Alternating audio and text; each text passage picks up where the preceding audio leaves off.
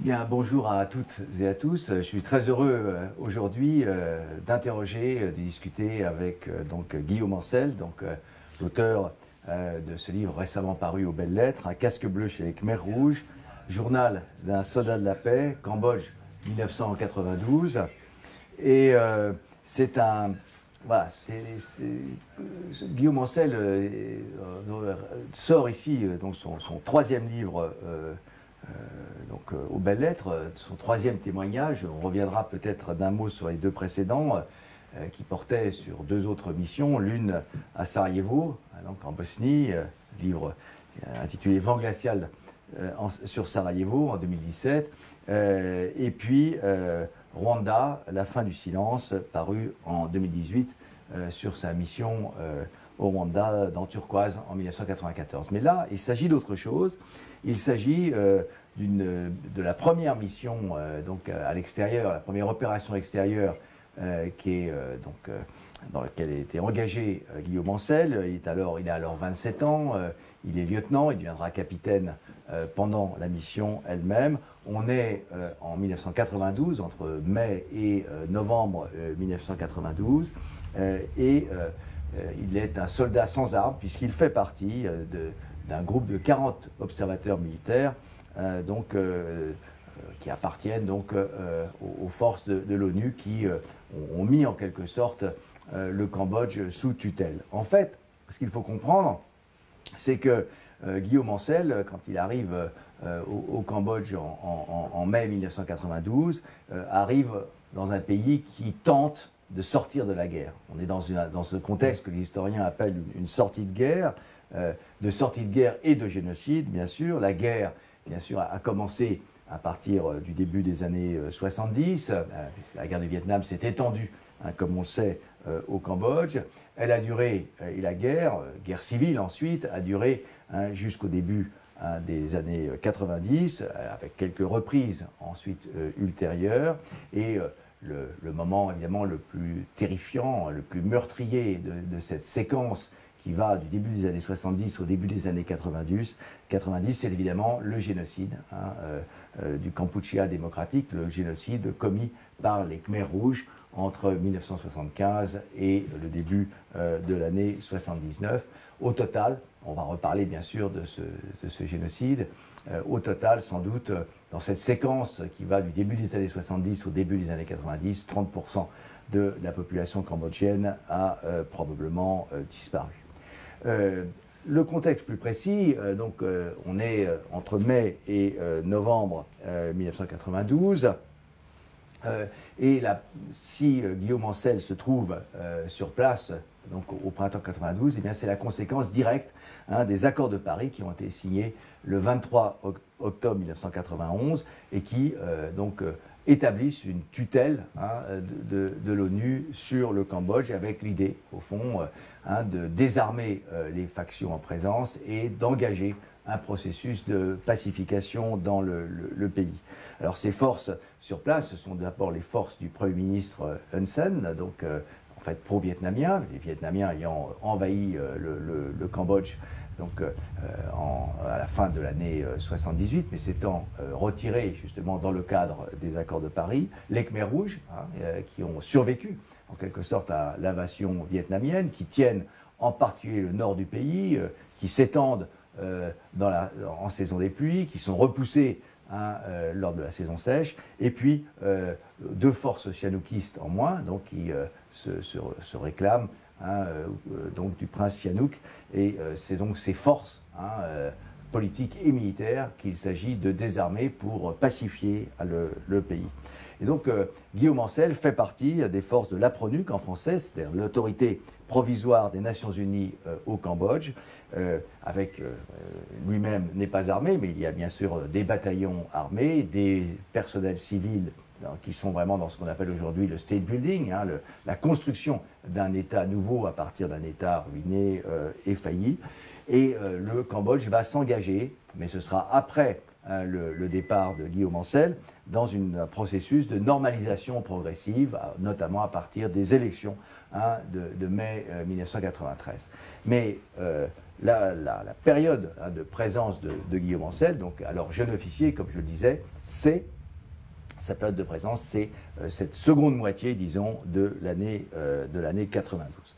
Alors, la première chose que je voudrais demander à Guillaume, bien sûr, c'est une question simple qu'on pose toujours à un auteur, c'est pourquoi ce livre? Et pourquoi cette démarche, au fond, rétroactive, avec un premier livre, donc, avec les forces de l'ONU à Sarajevo, une expérience profondément déstabilisante par l'impuissance même des forces auxquelles tu appartenais, donc à Sarajevo, ce livre Vent glacial à Sarajevo en 2017, que j'ai eu le plaisir de préfacer, comme celui-là d'ailleurs. Et puis ensuite, le Rwanda, donc l'année d'avant, en 1994, Rwanda, la fin du silence sur l'opération turquoise. Et là maintenant, donc 2 ans avant, donc un casque bleu chez Khmer Rouge. À quoi correspond ce besoin, cette envie, cette nécessité peut-être de revenir comme ça en arrière, d'opération extérieure en opération extérieure, dans ce retour finalement des années 90, qui est la décennie des opérations extérieures avec tous leurs échecs, tous leurs traumatismes pour les soldats français. Voilà, qu'est-ce qui t'a poussé à ajouter ce témoignage aux 2 précédents? Ce que j'aimais pendant ces opérations, ce que j'ai apprécié dans l'armée française, c'est le travail de mes compagnons d'armes. J'ai une grande admiration pour leur professionnalisme, pour leur courage, leur détermination à conduire jusqu'au bout des missions qui sont souvent finalement assez compliquées, voire pas forcément fondées. Ce que j'ai détesté dans ce milieu militaire, c'est la culture du silence. Et surtout, j'ai eu le sentiment, avec les années qui passaient, que notre silence allait devenir amnésie. On finissait par oublier même ce qui s'était passé en réalité. Le Rwanda, j'ai commencé par Sarajevo, parce que Sarajevo, je pense que c'est l'opération qui m'a le plus marqué. Le fait qu'on soit intervenu dans le dernier siège du XXe siècle, mais qu'on s'interdise de s'en prendre aux Serbes parce que c'était nos alliés, et que donc on laisse martyriser la ville alors qu'on intervenait pour le contraire. Pour moi, c'était la consécration d'un mot que tu as utilisé, dont je n'avais pas forcément conscience, l'impuissance.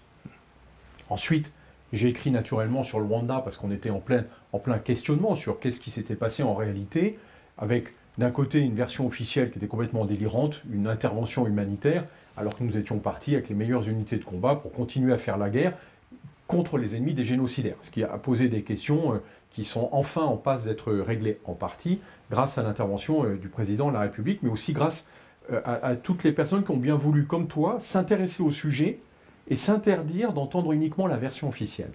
Et puis, j'ai voulu raconter le Cambodge parce que je me suis rendu compte, en discutant beaucoup avec toi, qu'il y avait un continuum entre les 3 opérations, que je n'avais pas forcément perçu au départ.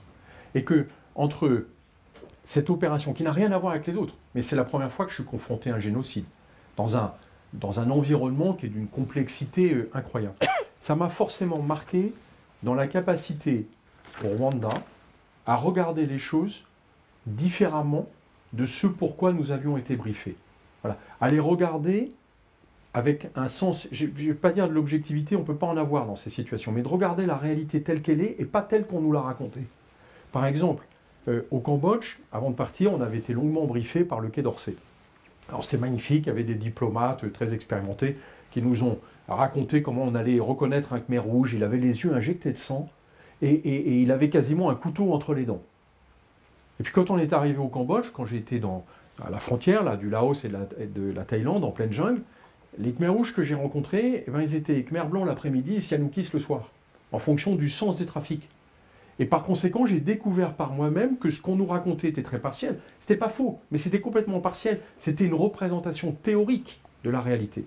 Et que si je voulais survivre à cet environnement, il fallait que j'apprenne à regarder les choses telles qu'elles étaient.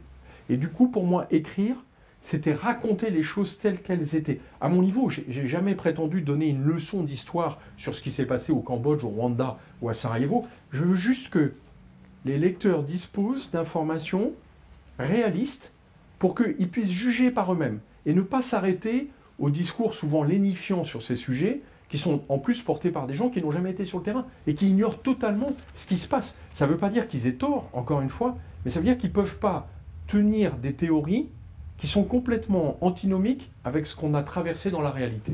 Alors, précisément, ce terrain, parlons-en. Je suis bien d'accord avec toi que dès qu'on est loin du terrain, on est sûr que la réalité se déforme à mesure de l'éloignement qu'on a avec lui. Et donc en sciences sociales, on est bien d'accord sur le fait que le terrain est une priorité absolue.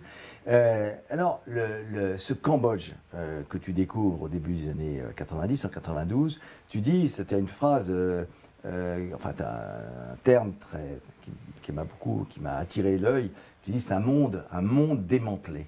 Tu dis un monde démantelé.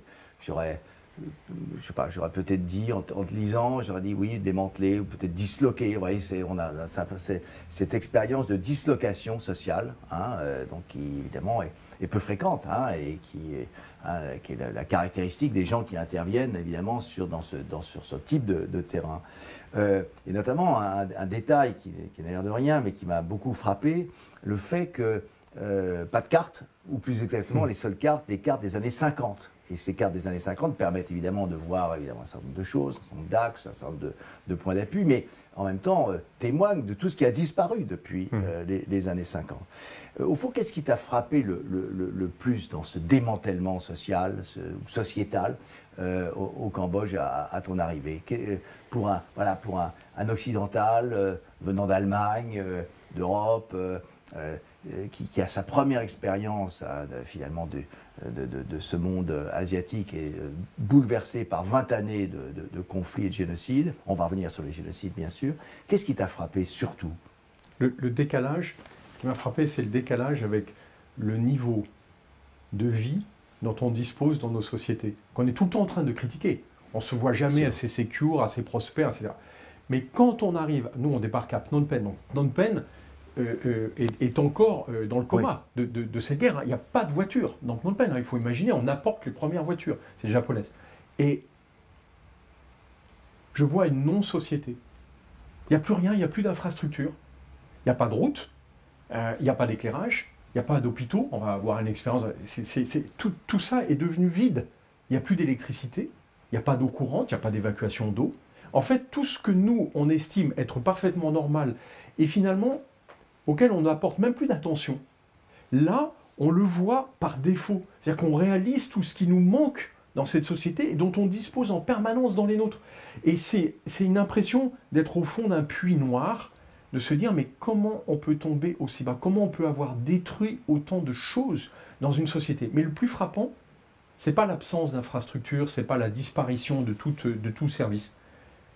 C'est le collapse, c'est l'implosion de la culture. Parce que c'est une génération complète qui n'a connu que la guerre. Et du coup, on sent qu'il n'y a plus de référence culturelle. Il n'y a plus de civilisation cambodgienne quand on arrive. On est en face de gens qui sont en survie. Et dont les repères et la manière de faire n'est pas compréhensible pour nous parce qu'ils vont être heureux d'avoir survécu un jour de plus. Quand on va leur parler d'élections, de processus de paix, de reconstruction de leur politique, alors que eux, leur sujet, c'est de vivre jusqu'au lendemain. Oui, c'est là que c'est l'expérience fondamentale, évidemment, d'une société humaine qui n'a plus, d'une société humaine de pénurie absolue, absolue, à laquelle évidemment nous ne sommes pas habitués, heureusement d'ailleurs, mais en même temps, ça exprime l'énorme décalage qu'il y a entre des militaires de l'ONU qui arrivent, notamment des Occidentaux, et une société comme celle-là. Et alors, en ce qui concerne le génocide, qui a été évidemment le moment capital de la dislocation sociale, puisque le génocide perpétré par les Khmers rouges à partir de 1975 a été, et commencé avant, dans des parties du territoire qu'ils contrôlaient bien avant 1975, a été une expérience d'ingénierie sociale radicale. Qui n'a pas d'équivalent ni en Chine, ni même dans l'URSS stalinienne de la Grande Terreur. Les Khmers rouges ont été beaucoup plus loin, interdisant interdisant jusqu'à l'amour entre un homme et une femme, les mariages arrangés, la suppression de la monnaie, la suppression de toute médecine, la suppression de toute école. Hein, c'est une ingénierie sociale qui jamais n'avait été poussée aussi loin.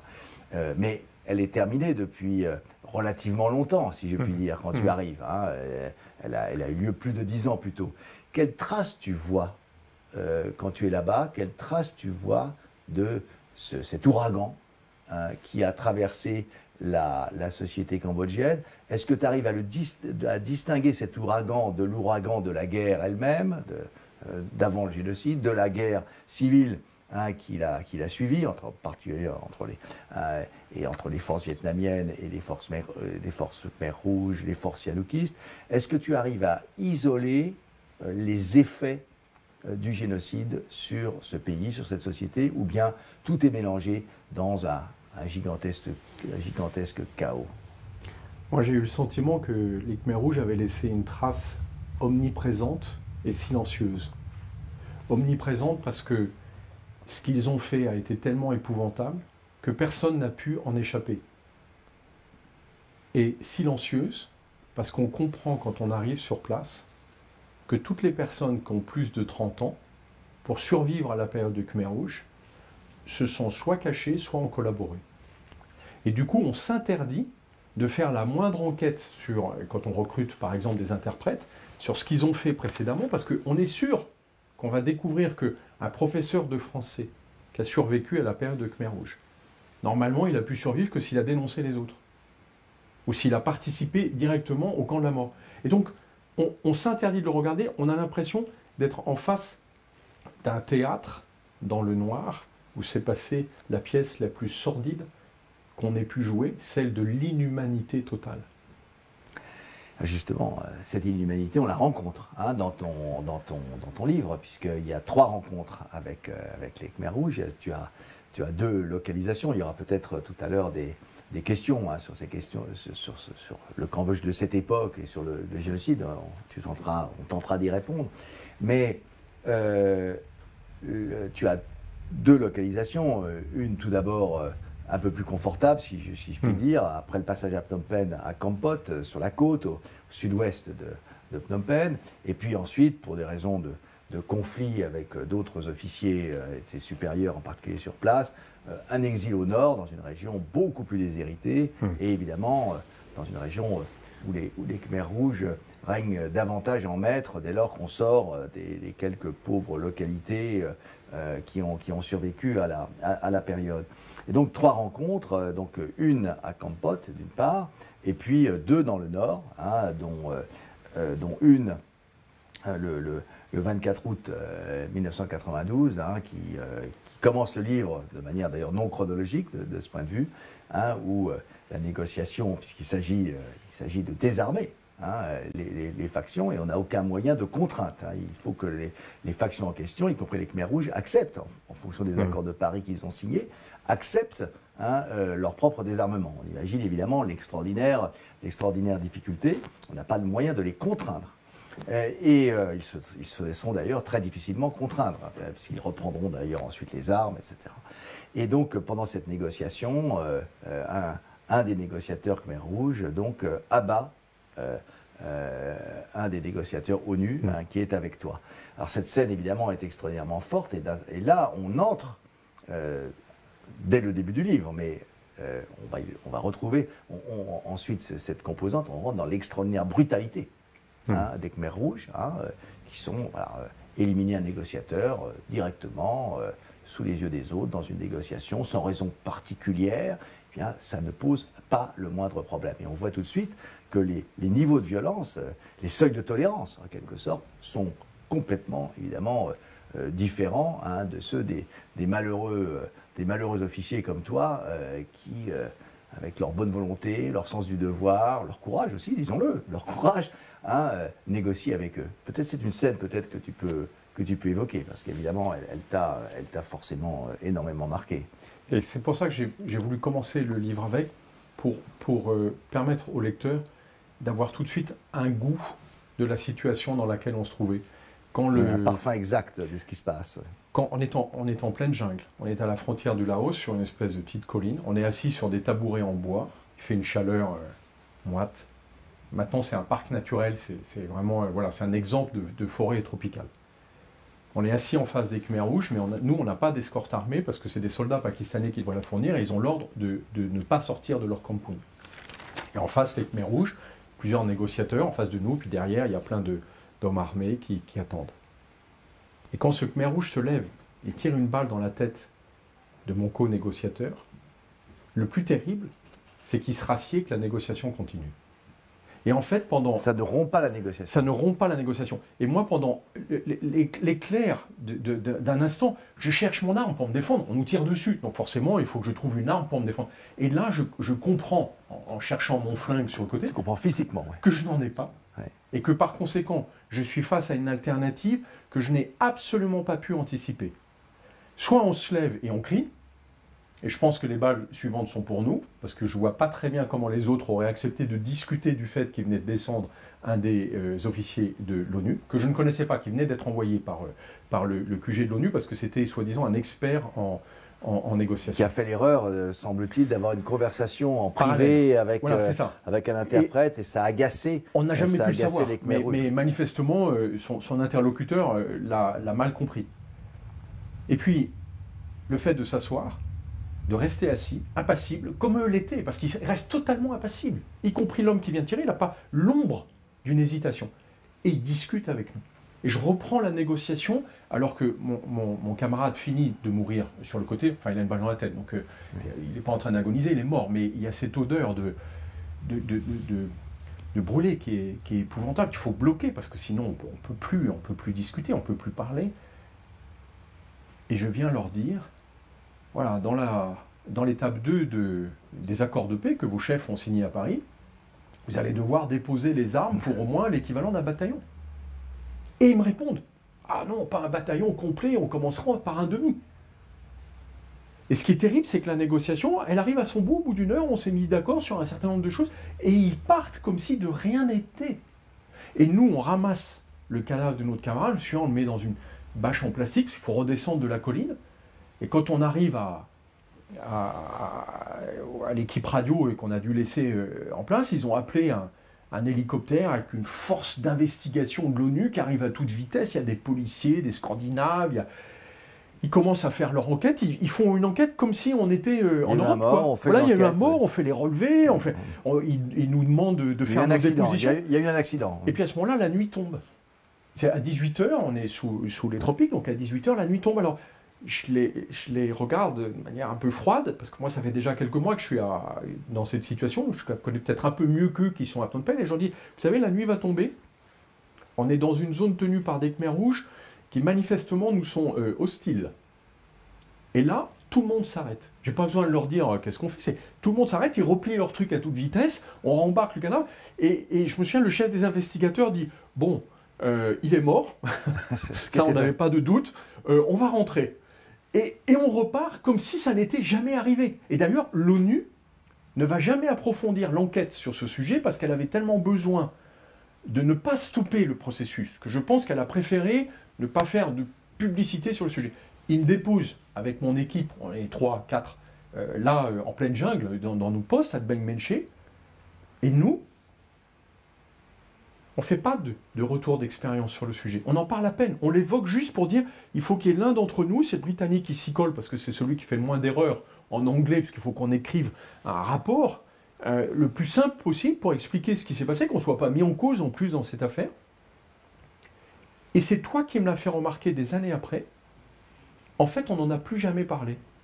C'est-à-dire qu'on a fait comme si c'était un événement normal dans notre mission. Alors que n'importe qui d'autre aurait eu la réaction saine de nous dire « Mais non, attendez, il faut tout arrêter, enfin, il y a un problème, vous ne pouvez pas vivre comme ça, vous ne pouvez pas travailler de cette manière avec les Khmers rouges. » Là, ça s'inscrivait dans une normalité vue par les Cambodgiens. Et c'est là où nous, on rentre en collision avec une culture où, au moindre incident, on commence par faire une instruction judiciaire, à ouvrir des dossiers, la bureaucratisation, à bureaucratiser, des à vouloir tout investiguer, à devoir tracer chaque élément, mais qui a dit quoi à quel moment. Sauf que là, on ferme le sac en plastique et on rentre chez nous et on continue la mission. Voilà. Parce que de toute façon, ça n'était pas ce qui s'était passé n'était pas intégrable en quelque sorte dans l'univers de représentation de l'ONU, des forces sur place. Parmi ces Khmers rouges, il y en a un que tu rencontres à l'occasion de ces rencontres, c'est Tamok, donc un des leaders vraiment du Kampuchea démocratique.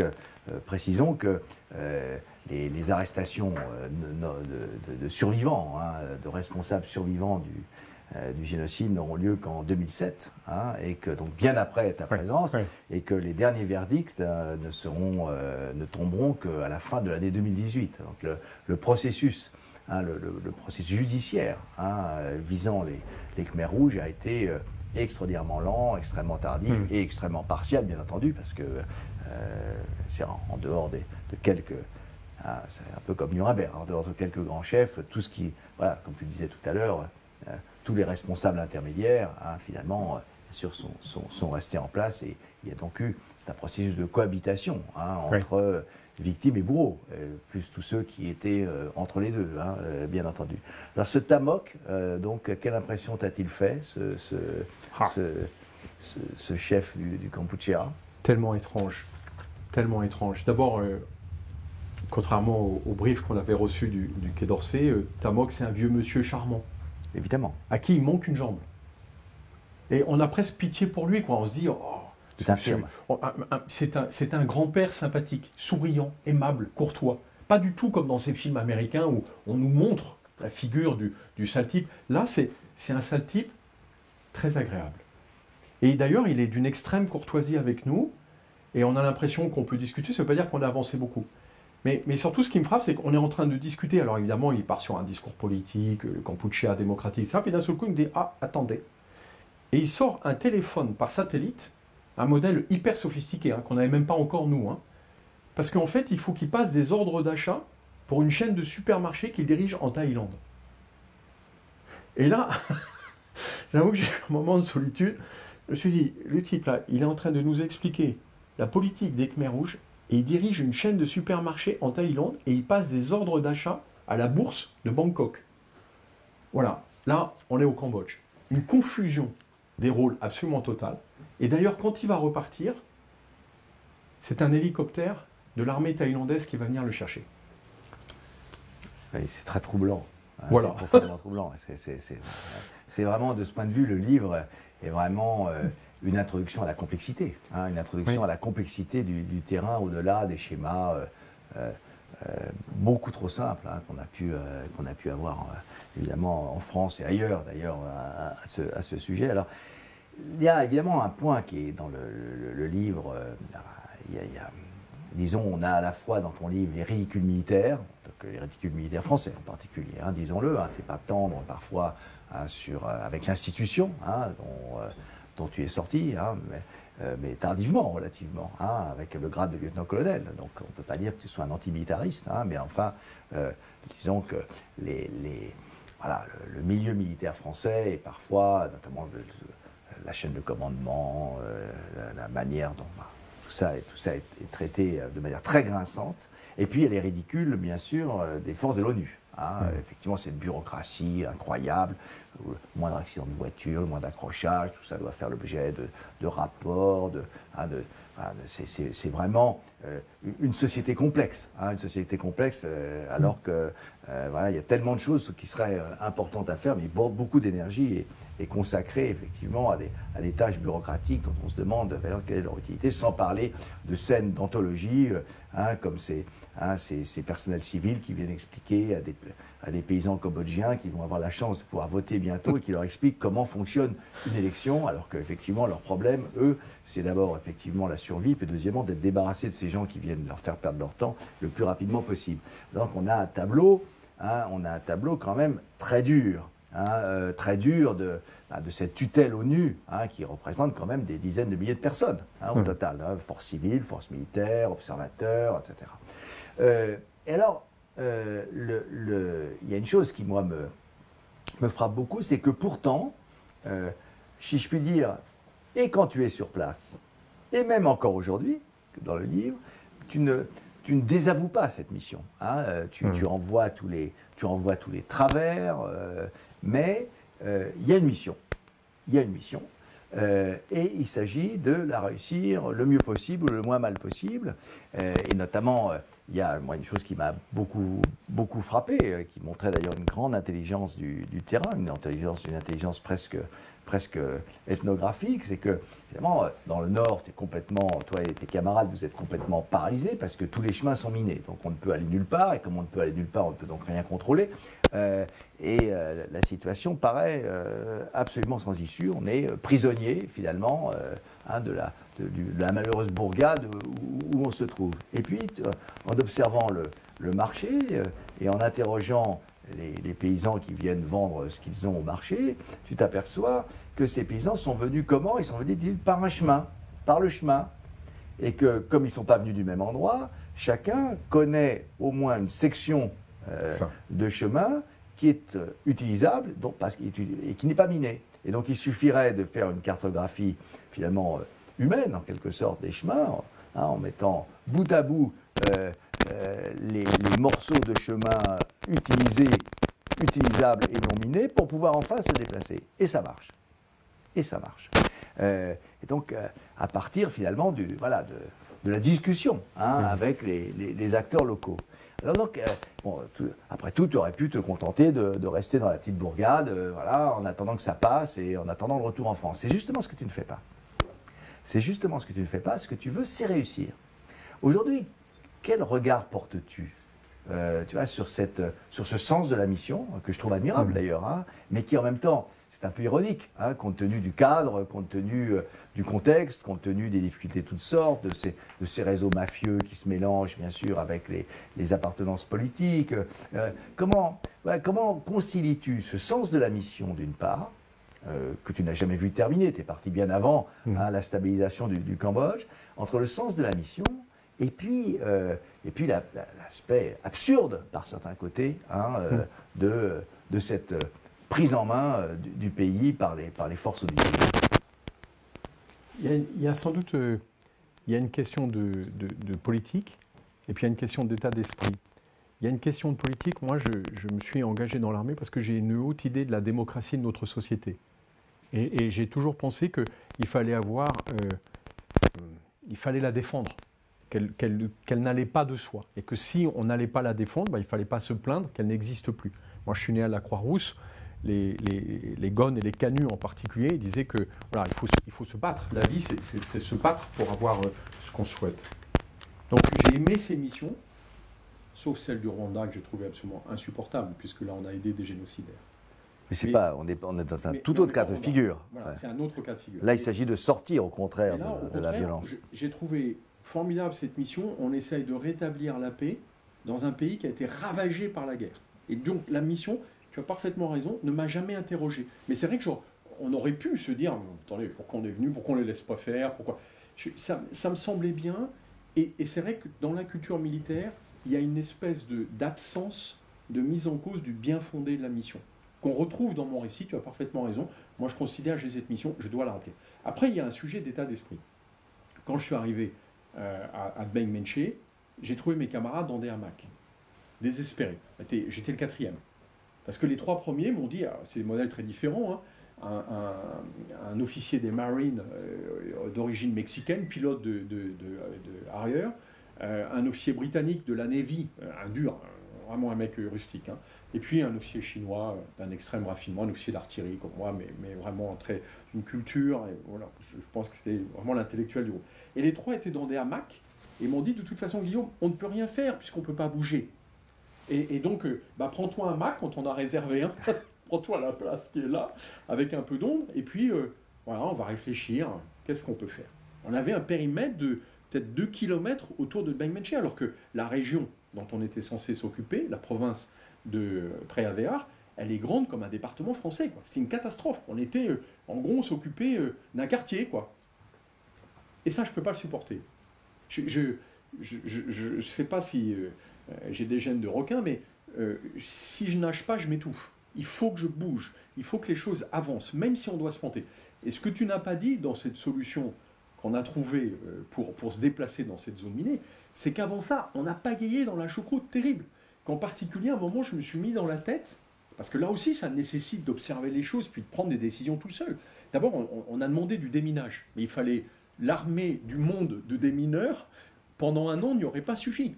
Et avec, derrière, s'inquiéter de est-ce que les Khmers rouges ne vont pas reminer derrière en plus. Donc c'était impossible.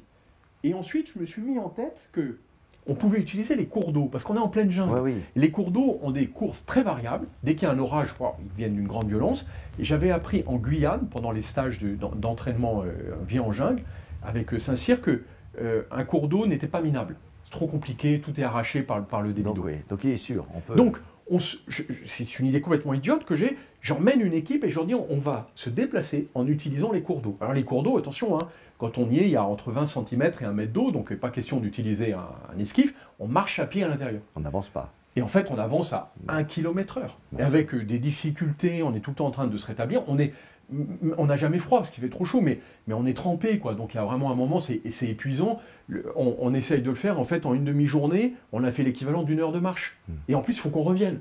Donc bon, c'est une catastrophe. Et je me souviens, quand je rentre, là, j'ai senti un moment de désespoir parce que tout le monde m'attend dans mon équipe pour me dire « Alors Guillaume, ça a marché ton truc ?» Et moi, je suis obligé de leur dire « C'est un échec total. » Je peux même pas... Pour conclure l'échec, quand on rentre, on a même fait tomber une des paires de clés. On a 2 bagnoles qui nous ont permis de faire les 4 premiers kilomètres en voiture. On a perdu une des paires de clés en rentrant. C'est vraiment... C'est la cata, quoi. On loose complètement dans cette opération. Et c'est un des gendarmes qui est avec nous, qui manifestement a trop fréquenté les délinquants, qui prend une pierre, qui casse une vitre, qui torche la bagnole et qui la démarre. Et on lui dit « Mais où t'as appris à faire ça ?» Il nous a dit « Ah bah quand même, il faut savoir de son ennemi. » Donc on voit bien que là, encore une fois, on est au fond du puits, on ne sait pas faire et on n'a pas de solution.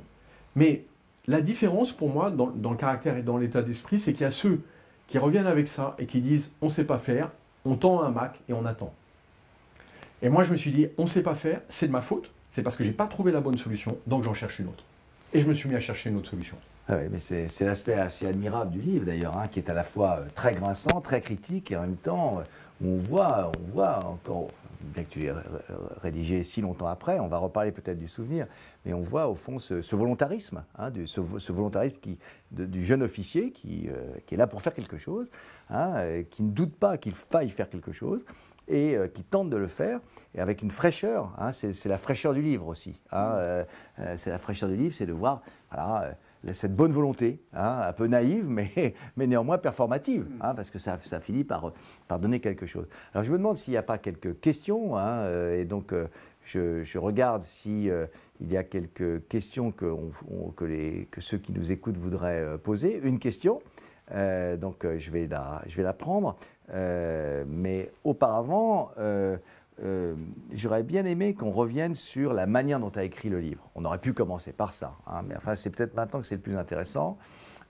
Comme historien du récit de guerre, hein, bien sûr, et j'aime d'ailleurs beaucoup cette collection Belles Lettres, Mémoires de guerre. Hein, j'ai lu beaucoup des volumes qui sont parus dans cette collection. Chacun sait que c'est pas tout à fait la guerre, mais enfin on n'est quand même pas très loin de la guerre, hein, dans ce témoignage. Hein, le souvenir est sujet à caution, sujet à reconstruction, sujet à déformation, etc. Au moment même où un événement se produit, entre deux personnes qui l'ont vécu, qui le regardent, ils n'en ont pas le même rendu, hein, et donc avec le temps, hein, bien sûr. Les choses se déforment encore, ou pas. Et dans ton cas, le livre, et tu t'en expliques, et je trouve que c'est une expérience de sciences sociales, hein, très intéressante, en tout cas pour un historien, c'est au fond, alors que tu as ton carnet d'opérations, hein, tu as les lettres que tu as écrites à ton épouse, hein, précisons que tu as laissé une femme et 2 fillettes en Allemagne pendant que tu es au Cambodge, tu as donc des sources directes. Hein, ce que j'appelle des sources directes, c'est-à-dire des sources écrites au moment de l'événement et donc qui font foi. Et bizarrement, tu ne t'appuies pas sur ces sources directes pour écrire, comme tant de vétérans, si je puis dire, l'ont fait, hein, qui d'abord partent de leur carnet et puis non, tu pars de tes souvenirs. Tu pars de tes souvenirs Et ces souvenirs ont apparemment, enfin, si on te suit, une acuité, une précision tout à fait étonnante, une précision parfois supérieure à ce que tu as noté dans l'instant. Je veux dire que ça, c'est une chose qui m'a énormément surpris dans le livre. C'est lié évidemment au mécanisme mnésique, au mécanisme mémoriel. Je crois qu'il faut que tu nous dises un petit peu de ce point de vue, selon quelle méthode finalement, toute personnelle et très originale, par certains côtés, tu as écrit le livre. Pourquoi avoir commencé par les souvenirs et non pas par tes écrits? Pour faire un effort de mémoire. Parce que, en fait, c'est vrai que quand j'ai voulu commencer à écrire, je voyais mon carnet d'opérations qui est dans ma bibliothèque et que je n'avais jamais ouvert. Oui, ce qui est d'ailleurs très significatif. Très significatif. Qui a un dos bleu, comme la couleur du casque qu'on portait à l'époque. Je ne l'avais jamais ouvert et je me suis dit, maintenant que je vais écrire sur le Cambodge, je vais prendre mon journal d'opération et puis je vais mettre de la sauce autour de ce que je vais retrouver. Le travail est fait, oui. Ma fille aînée, Camille, qui est éditrice, m'a dit « Papa, si tu fais ça, tu vas nous faire de la merde. Parce qu'en gros, tu vas nous ramener les souvenirs d'il y a 30 ans et en fait, tu vas faire aucun effort de mémoire. Tu vas te contenter de mettre quelque chose, de mettre de la chair autour d'os qui n'ont peut-être plus de sens. Parce que ce sont les notes que tu as prises à l'époque. » Elle m'a dit « Fais un premier exercice, écris un premier manuscrit sans ouvrir ton journal d'opération. » Alors je m'y colle. Mais en fait, il y a une manière de faire très simple, c'est chronologique. C'est-à-dire, je me souviens du jour où je suis en Allemagne et je reçois l'ordre de partir au Cambodge, alors que moi j'étais prévu de partir plutôt en ex-Yougoslavie à ce moment-là, et pour la guerre du Golfe. Donc c'est un enchaînement, donc je me souviens très bien de cet enchaînement. Et en fait, ce que je reconstitue, ce sont les enchaînements. C'est-à-dire, je suis en Allemagne, je pars, comment on se prépare, on passe par quel aéroport, on arrive à Bangkok, il y a des émeutes à Bangkok, on arrive à Phnom Penh on se met en place. Ah, mais on part à Kampot, mais à Kampot, on constitue une équipe avec des Chinois, des Américains. Voilà, c'est ça que j'essaie de reconstituer, c'est le fil chronologique. Et en fait, quand je le tire, je fais remonter du sable des souvenirs très forts. Je revois, chaque fois que j'évoque un mot, je revois une image, je revois les personnalités, ou la plupart, je revois souvent leur sourire d'ailleurs. Et puis, je sens la chaleur, j'entends presque les bruits alors que je suis malentendant, j'ai l'impression de ressentir les émotions que j'ai eues à cette époque. Et malheureusement, quand je vais tirer des souvenirs aussi, je fais ressurgir les fantômes. Ceux que ma mémoire avait effacés plus ou moins volontairement pendant toutes ces années. Simplement, ils sont là, ils traversent la scène. Et alors, une fois que j'ai fini d'écrire ce premier manuscrit, je vais ouvrir mon journal d'opération. Et là, c'est un moment tragique. Parce que je le trouve hyper décevant. Et effectivement, à l'époque, j'avais du temps le soir, la nuit tombe à 18h, donc on n'a quand même pas grand-chose à faire une fois qu'on a mangé un morceau ensemble et il n'y a rien à bouffer, et qu'on s'est raconté les 3 histoires de la journée. J'ai écrit tous les soirs, mais au fond, je n'ai pas dit grand-chose. J'ai essayé de raconter ce que j'avais fait. Alors que 30 ans après, j'en ai gardé un souvenir très fort, mais ce qui m'a surpris, c'est les mots que j'ai retrouvés dans le journal d'opération. Il y a beaucoup moins de matière que dans ma tête, mais le fait d'avoir inscrit ces mots les a sans doute gravés dans ma mémoire. Et je prends un exemple. Quand on a essayé, une catastrophe, d'utiliser les cours d'eau pour se déplacer dans la jungle à Deng Menche. Quand je raconte cette histoire, je me dis quand même, pour le lecteur, il faut que je reconstitue un peu l'environnement, sinon ça va être un peu sec. Je ne peux pas juste lui dire, j'ai emprunté le lit d'une rivière, puis on l'a descendu pendant 4 heures, on est rentré harassé et un peu humilié de ne pas avoir réussi à faire le déplacement qu'on voulait. Donc, je me dis, il y a forcément, qu'est-ce qu'il y a dans une rivière? Ah oui, il y a les branches basses, il y a les toiles d'araignées qu'on ne voit jamais parce que c'est un peu à l'ombre. Ah, puis ces araignées, ouais, elles sont noires et rouges. Elles sont noires et rouges. Ouais.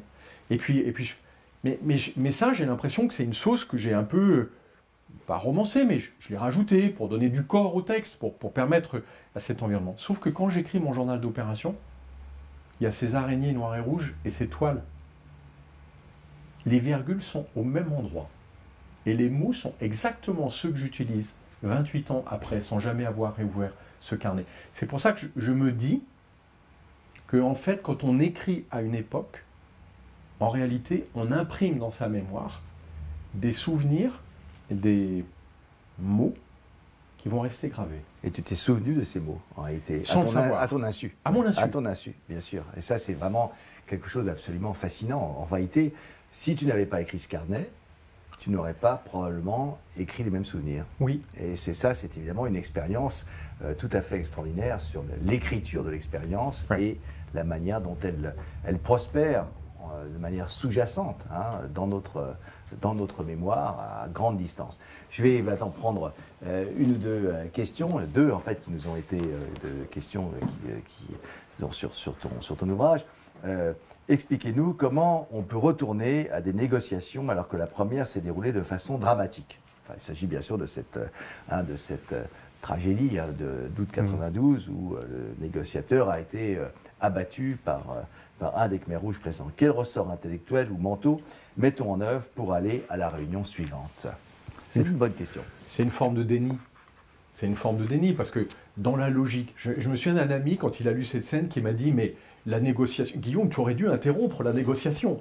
Mais oui, mais parce qu'il est dans sa logique à lui. Parce qu'il se voit en face de Coca-Cola en train de négocier le prix du produit pour ses supermarchés. Mais là, on est dans un autre contexte.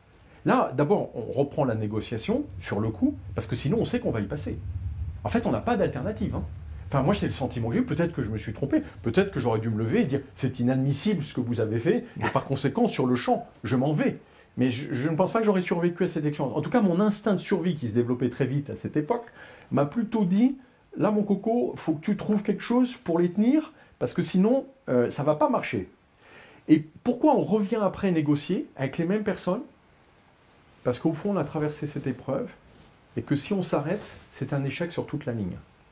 Donc en réalité, on ne se pose pas la question. Je me suis fait flinguer 3 fois au Cambodge. Bon, à mon avis, 2 fois, c'était plus pour m'impressionner, mais la 3e fois, c'était quand même assez sévère.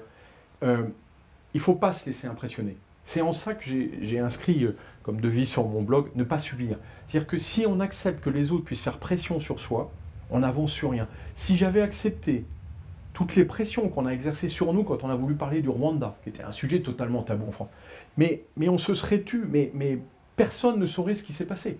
Et c'est ça qu'il ne faut pas accepter. C'est de ne pas subir cette pression. Quand les autres veulent vous empêcher de faire quelque chose, moi, ça me donne encore plus d'énergie pour continuer, parce que finalement, cette histoire au Cambodge, c'est d'abord une histoire de ne jamais renoncer. Oui, c'est en ça que tu restes un soldat. Ça sent ne pas subir, si je me souviens bien, c'est la devise du maréchal Leclerc. Oui, c'est vrai. Et de Delattre aussi. Et de Delattre, oui. Oui. Tout ça n'est pas tout à fait neutre. Alors, deuxième question, évidemment, tout à fait fondamentale et peut-être plus politique ou plus géopolitique. Elle est posée par un spectateur qui dit avoir également participé aux 3 opérations que tu as décrites, c'est-à-dire Bosnie, Sarajevo, Rwanda et Cambodge. Et qui lui dit, ton regard, Guillaume, alors je prends le tutoiement, c'est un camarade d'armes, évidemment. Ton regard, Guillaume, est impitoyable sur l'impuissance des forces internationales dans des zones compliquées. Comment faire mieux? C'est une grande question. Comment faire mieux? Effectivement, on voit bien à Sarajevo, vous êtes littéralement encerclé autour de l'aéroport et que toutes les tentatives pour détruire une pièce qui tire directement une pièce serbe, bien, se termine par un cold run, c'est un piqué d'avion, mais sans qu'on largue de bombes sur la position, un piqué donc factice, purement symbolique. Au Rwanda, tu es bien placé pour avoir vu effectivement à quel point nous sommes intervenus à la limite en réalité d'une co-belligérance avec les forces armées rwandaises génocidaires, et comment finalement l'opération turquoise est devenue humanitaire alors qu'elle ne l'était pas au départ, ce qu'a souligné également Gérald Sartre qui tenait le secteur nord de Turquoise, en parlant de l'échec humanitaire de Turquoise. Et là, alors l'échec est moins patent par certains côtés, dans la mesure où oui, finalement, malgré tout, il va y avoir une forme de normalisation qui va être très lente, avec des reculs, des avancées, mais enfin, le Cambodge est sorti quand même, est sorti de cette période de guerre et de génocide, et tu as participé au début de la sortie. si je puis dire. Au début de la sortie, avec des travers considérables, des illusions étonnantes, des turpitudes aussi. Hein, quand tu parles en particulier, c'est un moment très dur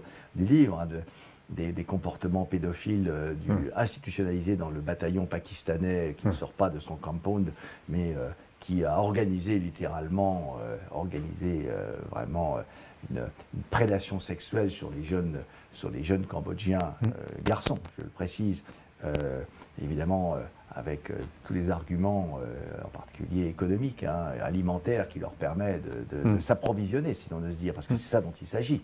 Hein, on est écœuré à ce moment-là. Et alors, cette question, comment faire mieux? La première chose, c'est que je pense, alors moi je raconte de manière grinçante, hein, j'en suis désolé, mais c'est ma manière de faire. Pas. Mais c'est de dire la réalité. Je pense qu'on se trompe, on s'égare quand on veut uniquement donner le bon aspect des choses. Parce qu'on oublie de traiter les difficultés qu'on a rencontrées. Par exemple, au Cambodge, on a sorti le pays de la guerre. Est-ce qu'on a réussi à le faire se reconstruire? J'en doute. Je ne suis pas retourné au Cambodge, mais tous les amis qui sont retournés au Cambodge ou qui connaissent bien le Cambodge me disent, en fait, ce qui est terrible, c'est que ce pays n'a jamais retrouvé une forme de dynamique de politique qui lui soit propre. Il vit de l'aide internationale, mais comme s'il était sous perfusion permanente. C'est une plaque de trafic international qui n'a absolument pas réussi à sortir finalement de l'ornière. Et si je le compare au Rwanda, la situation n'est pas la même. Le Rwanda n'a pas connu 20 ans de guerre civile, mais le Rwanda, qui connaît le dernier génocide du XXe siècle, 1 million de morts, c'est quand même un pays qui est complètement laminé par le génocide, et qui est arrivé en moins de 30 ans à devenir un des pays les plus performants d'Afrique. C'est quand même... Je ne parle pas de Paul Kagame, contrairement à ce que racontent certaines personnes, je n'ai pas de lien avec Paul Kagame. Mon sujet, ce n'est pas Paul Kagame. Mon sujet, c'est le rôle qu'on a joué là-bas. Mais n'empêche que, quand je regarde l'état du Rwanda aujourd'hui, je suis assez admiratif de ce qu'ils ont réussi à faire en étant obligés de faire cohabiter les bourreaux et les victimes. Par contre, les bourreaux les ont jugés, contrairement au Cambodge. Et surtout, d'arriver à s'investir complètement sur l'avenir sans ignorer le passé. Et je pense que c'est là où les Rwandais ont eu raison. Il faut dire les choses. Moi, ce qui m'a frappé dans ces missions, surtout militaires, c'est encore une fois, c'est dans cette culture du silence.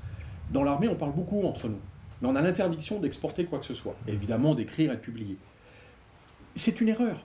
Je pense qu'on ne progresse, et c'est une forme d'intelligence collective, que si on dit les choses. Moi, à chaque fois que j'ai voulu faire des rapports sur les sujets en interne, ils ont été classifiés secret défense. Parce que, comme j'étais critique à l'intérieur, c'était inacceptable dans mon milieu que j'ose dire qu'on avait passé plus de temps à batailler entre chapelles militaires françaises qu'à se mettre d'accord sur. Au Cambodge, je souffre à plusieurs reprises de guerres de religion entre militaires français, parce que les troupes de marine ne peuvent pas saquer les légionnaires, qui n'encadrent pas le génie, qui justement ne veut pas des parachutistes, et qui va reprocher à je ne sais qui d'avoir fait ça.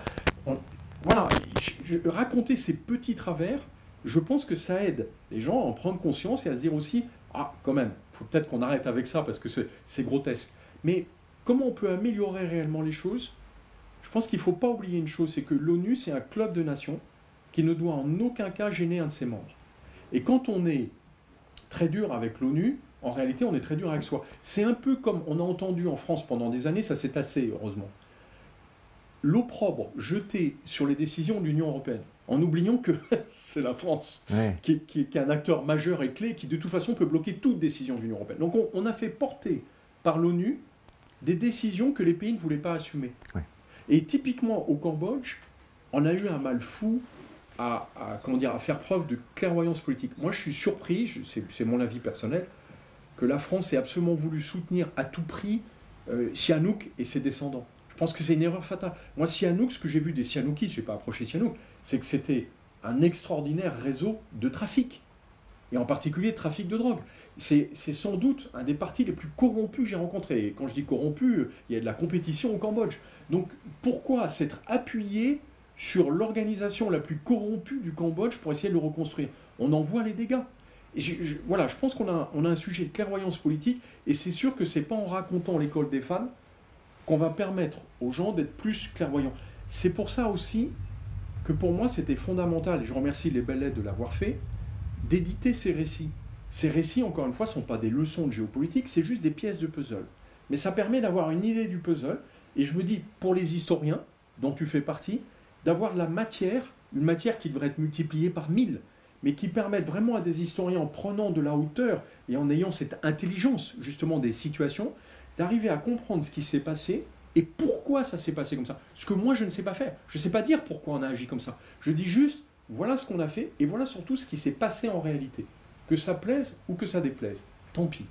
Oui, je suis d'accord. Opération vérité, en quelque sorte. Hein. J'espère. On va peut-être prendre une troisième question. Il y en a encore une dernière. Et puis, je pense qu'on va arriver au bout de cette émission.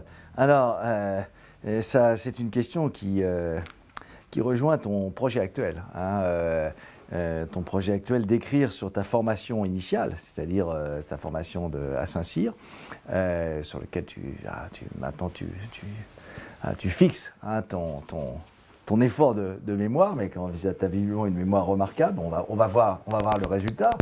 Et voilà, cette question, pensez-vous avoir été bien préparé à ce genre d'intervention à Saint-Cyr? Bien et mal.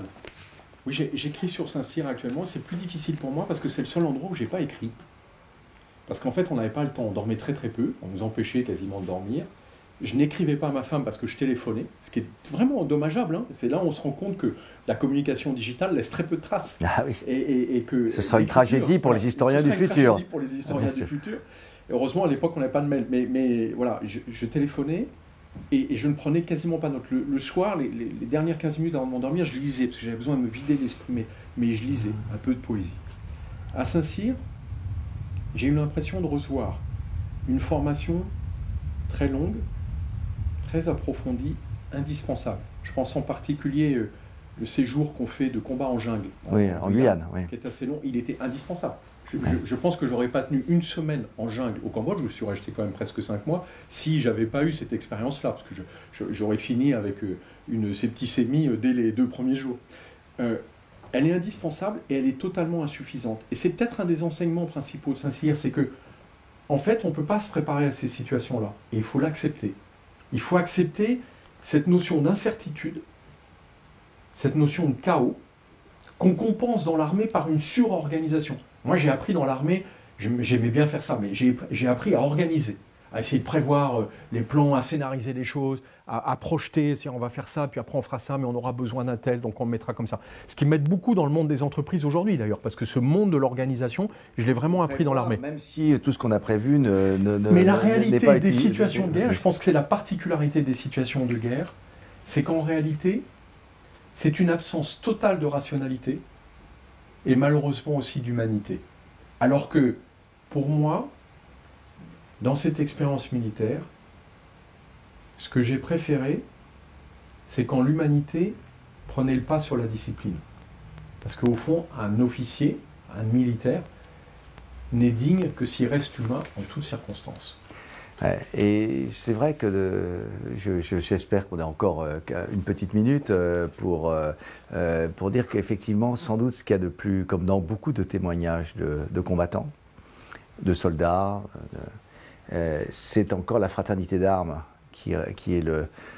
c'est là que l'humanité s'exprime finalement le mieux. Hein. Et j'ai été très frappé dans ton texte, en dehors des conflits avec certains officiers, certains camarades, etc., mais la chaleur hein, des relations avec ceux qui partageaient ta vie, qui partageaient ta mission, avec de langues, de cultures parfois complètement différentes, comme ce fameux Major Lee, hein, qui est la plus haute figure, à mon avis, hein, du livre, par son intelligence, son surplomb, son mode de vie, sa compréhension des choses, son expertise en toutes choses.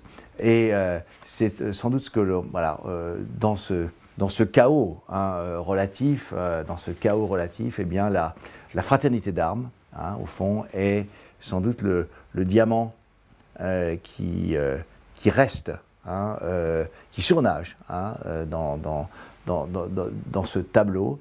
Et je dois dire que c'est ce qui fait la beauté du tableau, c'est qu'il est à la fois grinçant, critique et en même temps, oui, disons-le, très humain, très chaleureux, hein, par des tas de côtés. C'est ce qui fait toute la richesse de ton livre et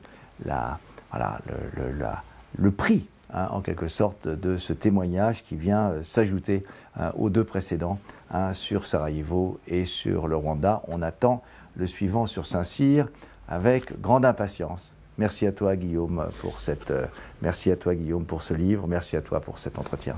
Merci Stéphane.